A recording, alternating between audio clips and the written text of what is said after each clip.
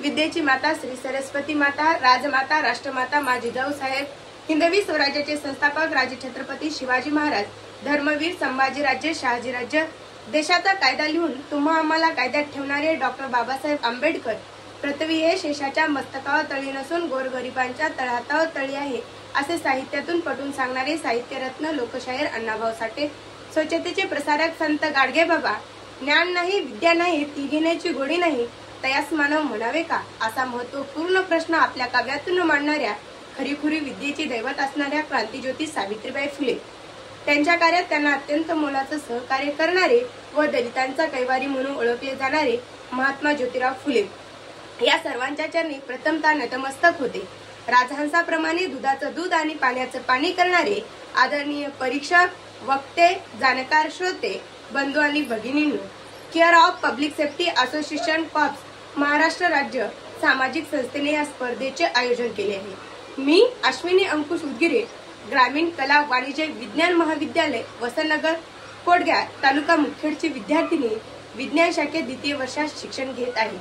केंद्र व राज्य शासनाच्या विविध शिष्यवृत्ती योजना आणि त्यांची अंमलबजावणी या विषयावर आपलं मनोगत मांडणार आहे. सर्वांनाच माझा सहस्ने नमस्कार. ज्ञानाशिवाय माणूस अपूर्ण आहे, पण ही संपत्ती प्रत्येकालाच मिळते असे नाही. अनेक वेळा गरिबीच्या जाळ्यात अडकलेली ही स्वप्ने वेळेपूर्वीच कोमेजतात. शिक्षण हा प्रत्येकाच्या आयुष्याचा पाया आहे हे जिथं म्हटलं जातं तिथं हाच पाया भक्कमपणे उभारण्यासाठी काहीची आर्थिक परिस्थिती नसते.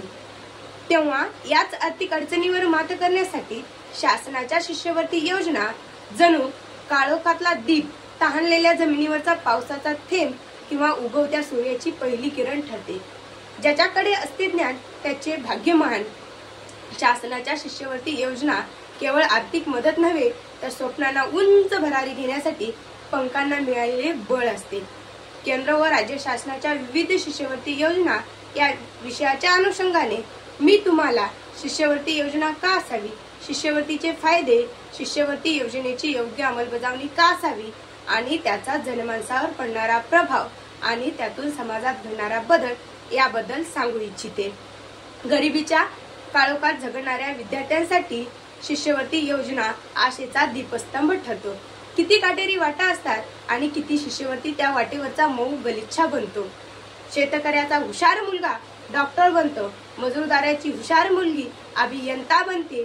जेव्हा सर्वसामान्य घरातील बाप्पाचा मुलगा अधिकारी होतो तेव्हा गरिबाची स्वप्न पूर्ण करणारी जादूची कांडी म्हणजे शिष्यवृत्ती योजना होय. फी, पुस्तके, वसतिगृह या सर्वांच्या ओझ्याखाली दबलेले विद्यार्थी या योजनेचे पंख लावून उडू लागतात. हुशार व गुणवंत विद्यार्थ्यांना प्रेरणा व प्रोत्साहन मिळते. विद्यार्थी आत्मविश्वासाने जगू लागतो. हुशार व गुणवंत विद्यार्थ्यांना प्रदेशात जाऊन शिक्षण घेण्यासाठी महाराष्ट्रात प्रमुख 2 शिष्यवृत्त्या येत आहेत. त्यामध्ये डॉक्टर बाबासाहेब आंबेडकर भरती योजना आणि दुसरी महात्मा ज्योतिराव फुले महाज्योती या 2 शिष्यवृत्तींचा लाभ घेऊन महाराष्ट्रातील विद्यार्थी प्रदेशात जाऊन पदव्युत्तर पदवी आणि पीएचडी करणे यामागचा मूळ हेतू आहे. समाजाच्या दृष्टीने विचार करता विद्यार्थ्याचा दिवा पेटला की घर उजळते, घर उजळले की समाज उजळतो, समाज उजळला की संपूर्ण राष्ट्र प्रकाशमय होते. या व्यतिरिक्त केंद्र सरकारच्या काही शिष्यवृत्ती आहेत. त्यामध्ये न्यायदर ओसी शिष्यवृत्ती योजना आणि दुसरी डॉक्टर बाबासाहेब आंबेडकर आंतरराष्ट्रीय शिष्यवृत्ती योजना. या 2 शिष्यवृत्तींचा लाभ घेण्यासाठी महाडीबीटी पोर्टलद्वारे किंवा केंद्र सरकारच्या संबंधित मंत्रालयाच्या वेबसाईटवर जाऊन अर्ज करता येतो. अशा शिष्यवृत्तींचा लाभ घेऊन महाराष्ट्रात नामांकित व्यक्ती घडले ते म्हणजे डॉक्टर बाबासाहेब आंबेडकर. त्यांनी अशाच शिष्यवृत्तींचा लाभ घेऊन समाजात अमूल्य योगदान दिले. त्यांना बडोदा संस्थानाकडून मिळालेल्या शिष्यवृत्तीमुळे कोलंबिया या उच्च महाविद्यापीठातून शिक्षण घेता आले. शिक्षण घेऊन संविधानाची निर्मिती केली. दलित व उपेक्षित समाजाला मुख्य प्रवाहात येण्याची संधी दिली. त्यांच्या या सामाजिक समतेच्या लढाईमुळे लाखो लोकांना प्रेरणा मिळते. या व्यतिरिक्त महाराष्ट्र सरकारद्वारे काही शिष्यवृत्त्या दिल्या जातात. त्यामध्ये सावित्रीबाई फुले शिष्यवृत्ती, राजश्री शाहू महाराज शिष्यवृत्ती, सुवर्ण महोत्सवी आदिवासी शिष्यवृत्ती, अल्पसंख्याक शिष्यवृत्ती, तसेच मॅट्रिक उत्तर शिष्यवृत्ती, काही जिल्हा परिषद शाळांद्वारे शिष्यवृत्ती परीक्षा तसेच खासगी संस्थांमार्फत टाटा बिर्ला फाउंडेशनद्वारे मर्यादित स्वरूपाच्या शिष्यवृत्त्या दिल्या जातात. पुणे विद्यापीठ, मुंबई महाविद्यापीठ याद्वारे मेरिट आधारित शिष्यवृत्त्या दिल्या जातात. प्रभावी अंमलबजावणी करण्यासाठी उपाययोजना. प्रभावी अंमलबजावणी करण्यासाठी अर्ज प्रक्रिया सुलभ व सोपी झाली पाहिजे. अर्ज करताना सुलभ व पारदर्शक असले पाहिजे. पात्रता व निष्कांचे सकलीकरण. जटिल कागदपत्रांची आवश्यकता कमी करून जास्तीत जास्त विद्यार्थ्याला लाभ कसा होईल यावर लक्ष दिलं पाहिजे. वेळोवेळी विद्यार्थ्याच्या खात्यात शिष्यवृत्ती जमा झाली पाहिजे, जेणेकरून विद्यार्थ्याच्या शिक्षणात खंड पडणार नाही. गावोगावी शाळा, ग्रामीण भागात शाळा, महाविद्यालय, सोशल मीडिया याद्वारे वेळोवेळी शिष्यवृत्तीची माहिती पोहोचवली पाहिजे, जेणेकरून विद्यार्थी लवकरात लवकर शिष्यवृत्तीचा फॉर्म भरून त्यांच्या खात्यात लवकर शिष्यवृत्ती जमा होऊन ते वेळेत शिक्षण पूर्ण करू शकतील. याद्वारे तंत्रज्ञानाचा वापर.